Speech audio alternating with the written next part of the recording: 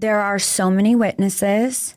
There are so many victims. Welcome to Ms. Welcome back to your channel name. Today we're diving deep into one of the most talked about and mysterious relationships in the music industry, Sean Diddy Combs and Cassie Ventura. Their decades. This is about to get very strange. A man walks into this popular building and he beelines it to the 9th floor. So it appears that he knows exactly where he's headed, exactly what he has to do. Security cameras show this man in a hoodie at 8:45 p.m. walking straight up to this other man in a tuxedo. I mean, I'm sure if you were to somehow get your hands on this footage, you could see that the figure in the tuxedo looks very familiar. It looks like Sean Diddy Combs. Diddy, the musician, the mogul.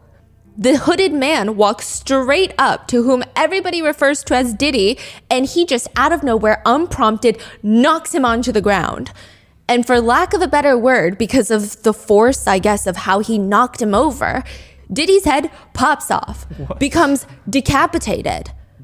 The man then starts stomping on Diddy's decapitated head, just stomping until his head is turned literally into a pulp. He spits on the head before he books it out of there. He runs straight out of Madame Tussauds Wax Museum in Times Square after decapitating Diddy's wax figure. It's an unprompted, unprovoked, seemingly random, yet so premeditated attack. I mean, it can't be random, right? For someone to do this, they must have something against Diddy. They weren't going on a rampage just knocking over every wax statue. It's specifically Diddy. Was that guy caught? Yes. Diddy declined to comment on the incident, but now people are wondering, does it have anything to do with everything that's happening right now? Because 5 years after this incident, $60 million of Diddy's disappears. How does $60 million just vanish? I mean, if there's $60 million in cash, maybe it's a little bit more feasible, but the way that this $60 million is set up, it weighs 48,000 pounds. That's like the weight of 24 cars. Decade-long romance was filled with music, success, and a lot of speculation. We'll be talking about the highs and lows of their relationship and what really went down during those 10 years. It all started back in the mid-2000s when Cassie was signed to Diddy's Bad Boy Records. At the time, she was a rising star in the music industry. Does he have you doing any chores? Are you doing dishes at all? I mean, to keep you humble somewhat? Or are you just like, can you stay up till 4 a.m. with them and party? I mean, I could. I actually stayed up longer than them. Known for her hit song Me You Diddy, on the other hand, was already an established mogul. Known for shaping the careers of countless artists. Rumors of a romantic relationship between the two surfaced in 2007, but Dollars. That's facts. I got the receipt. Second album, you gave money to do a second album, never delivered. Did the album, never delivered. You know what I'm saying? And I'm not going to go back and forth with Mace. You know what I'm saying? I'm not going back and forth with nobody. Combs neither confirmed it publicly for years. Behind the scenes, many believe that Diddy played a major role in developing her career, while they quietly began dating. As Cassie's career took off, so did her connection to Diddy. While she released new music. Because the plane lands in the Caribbean island of Antigua and it goes dark online. Just a day after his homes in Miami and Los Angeles are raided by Homeland Security in an ongoing trafficking investigation. This is the case of a music mogul who is accused of trafficking. He is facing at least 11 different lawsuits from victims. Another 120 are suspected to file lawsuits against him. He is currently sitting in prison awaiting trial. There are rumors that the feds have taken 100 electronic devices where the rumor is he and his fellow friends in the industry, high-profile celebrities, have been caught engaging in potentially illegal activities. This is part 1 of the Sean Diddy Combs case. We would like to thank today's sponsors who have made it possible for Rotten Mango to support the Arizona Anti-Trafficking Network. They work constantly to bring solutions to the illegal human trafficking network in the States by creating awareness, researching, and training in the most current anti-trafficking methods. This episode's partnerships have also made it possible to support Rotten Mango's growing team, and we'd also like to thank you guys for your continued support. As always, full show notes are available at rottenmangopodcast.com. A big disclaimer to keep in mind throughout this entire case is it's currently ongoing and developing as we speak.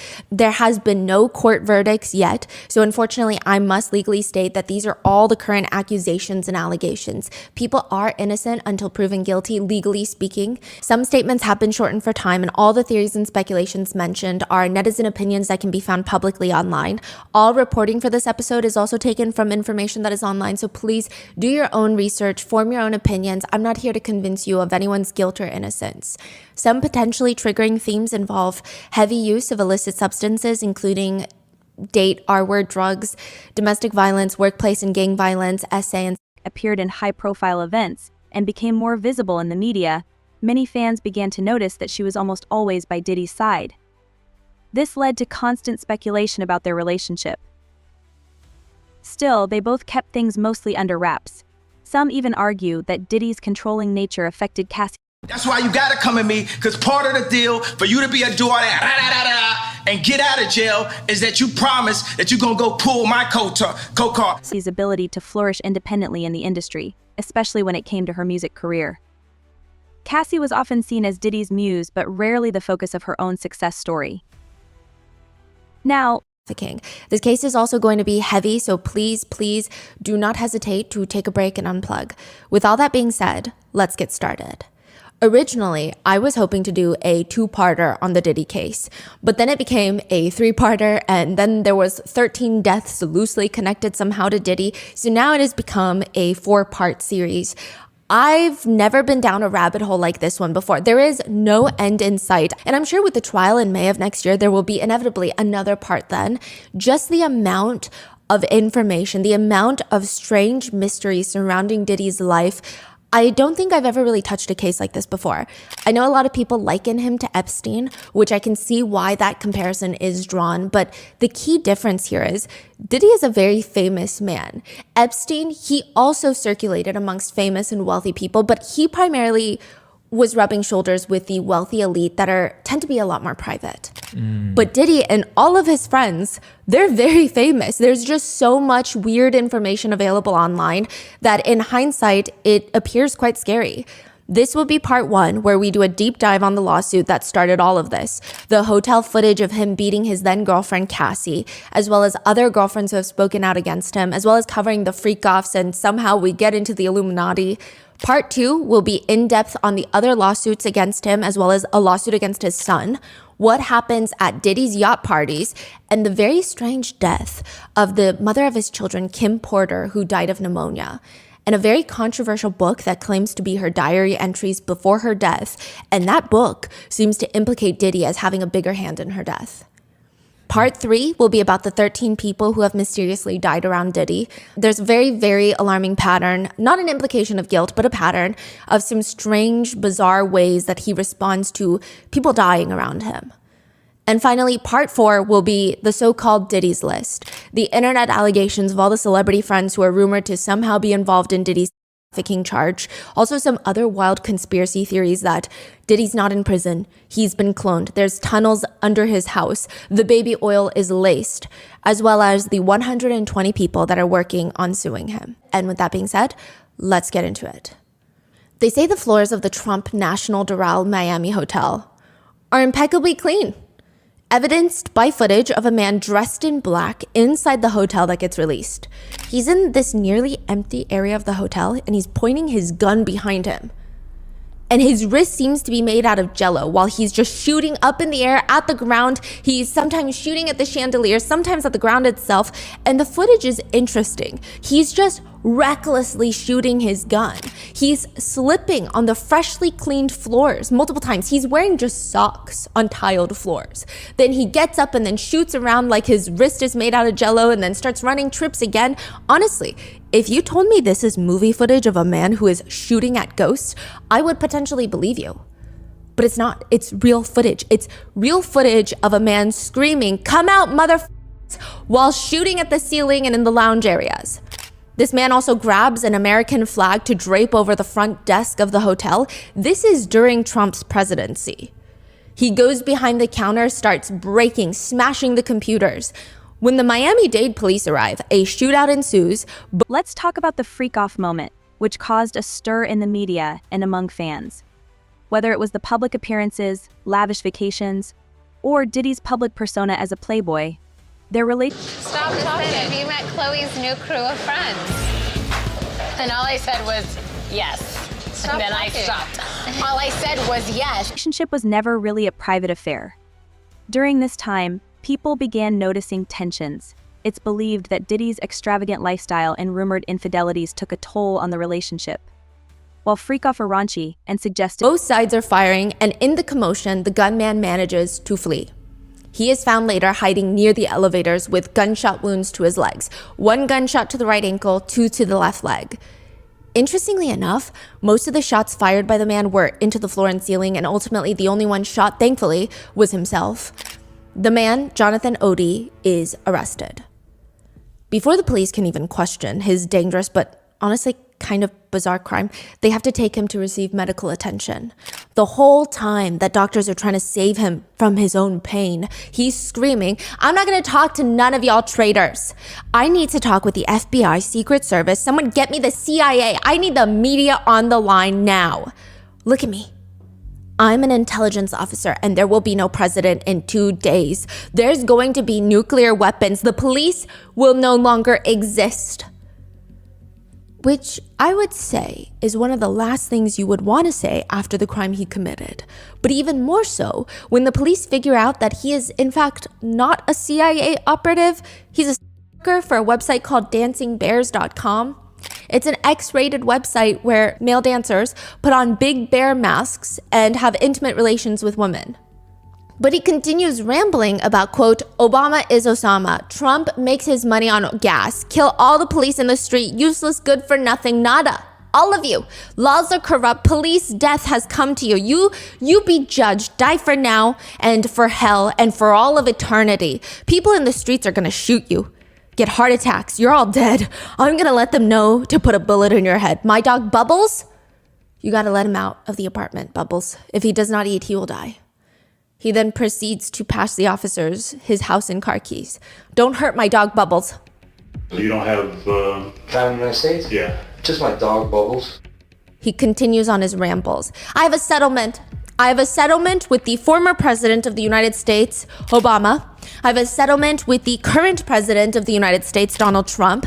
And I have one with P. Diddy." Excuse me? After the hospital, Jonathan Odie is brought into an interrogation room. Here's what I want you guys to know. Diddy and Ross, which they're good buddies, okay? And they're gay. Ross? Rick Ross. The police are confused. Who is? Diddy and Ross and Khaled. They're all gay. Okay? DJ Khaled, Rick Ross, yeah. and P. Diddy? Yeah. They all gay? Yeah. Gotcha. You know the Illuminati group that I was telling you about? He puts his hands up in a triangle shape. The Illuminated group, you know, the Illuminati, which is an elite group, okay? Individuals which run the whole country, all right? What I did this for was to basically transmit a statement to the American people because they want the United States to fall. They've been creating chaos and confusion in the United States. They want the United States to fall. You have the Illuminati, basically, which means illuminate. They do satanic ritual abuse, which is basically CIA mind programming techniques to their own family and kids, and they bond that way. They do animal abuse, killing of animals, blood sacrifices, and everything in the Bohemian Grove. You know, where the bushes go. Okay, how do I know this? Yeah, that's what I want to know. How do you know this? Sean Combs.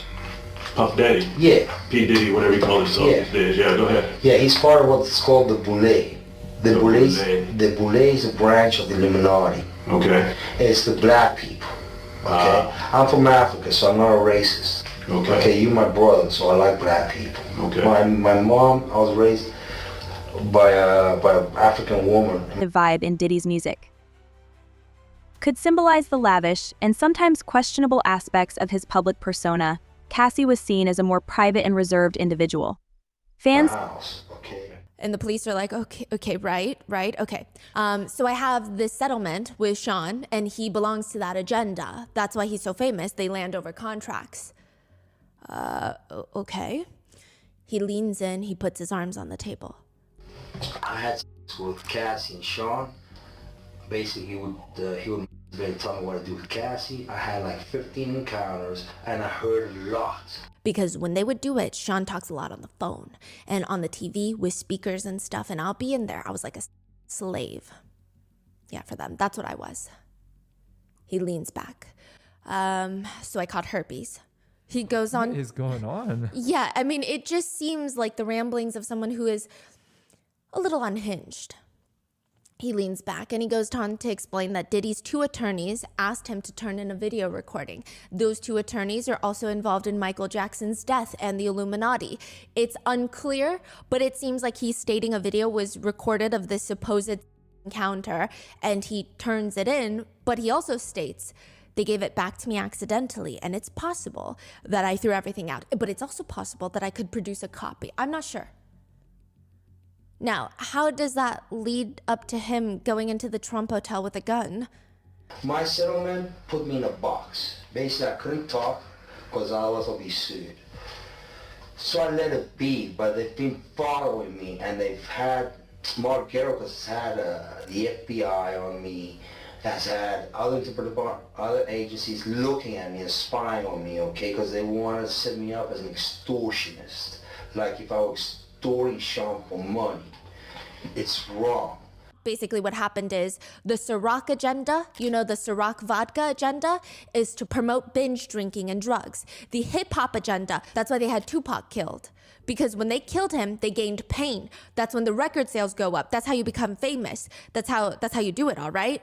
Tupac is still alive. He's in Cuba. Basically what happens, it was in the hip hop agenda. What? He alleges, in more simplified terms, they move drugs all over the United States. They move drugs in private jets that don't get screened within the United States domestically. They move all that dope in the private jets. They move what's called high-grade powder MDMA. They move cocaine. They move liquid cocaine in their bottles, too. I seen the liquid cocaine. I've drank it myself. Having sex with Diddy and Cassie. Okay, it's not good. He drinks it all the time. Alright, he calls it G-Juice, but it's liquid cocaine. Alright. Many state it sounds like an interrogation that one would watch to study for psychology class. And to be frank, there's many parts of the interrogation that sounds like the unhinged ramblings of someone who has lost touch with reality and has gotten swept up in every internet conspiracy possible. Perhaps he created a whole fantasy of 2 high-profile A-list celebrities, and in his mind, he truly knows them. He's met them. He's had these encounters with them, but it's all a fantasy, right? It doesn't change the fact that he committed this crazy crime, and it does appear that most of what he's saying are full-blown conspiracies, we hope. But the question is, what if there's even a little bit of truth to what he's saying? Because 4 years later, the Department of Homeland Security conduct a multi-state raid on Diddy's LA mansion and his Miami mansion. Diddy's LA home is described as, quote, an immersive experience. It's on the same street as the Playboy mansion as well as Kylie Jenner's home. Yeah. One reporter says, within moments of entering his home, a member of the staff will walk up offering you a drink, likely De Leon tequila infused, Diddy's tequila brand. Well, former tequila brand. There's a personal chef on duty, but they don't just start shoving food down your throat. They don't even ask you, are you hungry? Instead, they wait. They watch you without making you feel watched. They just wait for you and your body to send signals that you're feeling for a little snack. One recent Vanity Fair piece on Diddy says, the hospitality is both overt and inconspicuous. You will enjoy yourself here, or someone will die trying. What does that mean?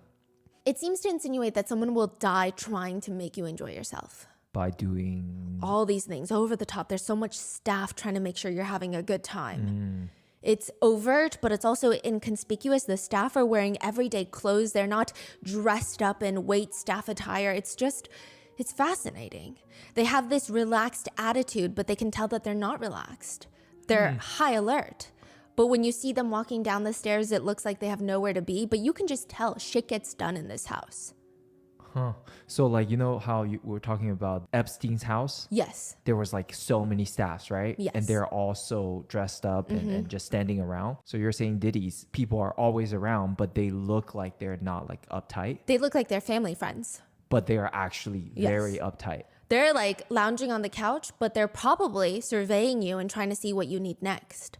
Because the minute that you're half done with a glass of water, you've got now a wine glass in your hand. It just gets so seamlessly replaced. Which takes even more effort. More effort, more skill. It's very interesting. Now, in hindsight, that's a very grim description of his home. Someone's gonna die trying. You will enjoy yourself here. If the staff don't make people feel out of place or slightly uncomfortable or watched, the grandness of the house is going to accomplish that. The house is one of the pricier residential homes in Southern California. It's actually on the market right now if you're interested for $61 million. It looks more like a resort than a residential home. It's a modern colonial style home. It's all white. It looks like the White House on steroids with beautiful French doors, beautiful iron balconies on the second floor. It's got this massive swimming pool, basketball court, a separate 2-story guest house, state-of-the-art movie theater that seats 35 guests, a resort-like swimming pool with a waterfall, a spa house, gym, recording studio. There's this giant metal statue in the back. It looks like one of those metal statues, and if you were to slice it back and forth, it's like rings. Yep. And it's the headless torso of Kim Porter. It's said often that he speaks to her giant metal bust. It was his tribute to his now gone Kim Porter, which we will talk about in episode 2. It's a massive 10-bedroom, 13-bathroom estate, 17,000 square foot home. But in March 2024, tanks are driving up to that house. A swarm of fully decked out, in tactical gear officials start clearing through that house. They've got guns pointed in every direction. They're sending in drones to check rooms. Diddy's 2 sons, 30-year-old Justin and 25-year-old Christian, are forced up against the wall, handcuffed with guns pointed at them. They're dragged out of the house while the rest of the team tear through that place, which is interesting. Because what exactly are these Homeland Security officials looking for? It's said by the time that they left, there were just cables dangling around, like they unplugged some security cameras, multiple safes that were left wide open, almost 100 electronics confiscated. At the same time, his massive $40 million compound in Miami was also raided by Homeland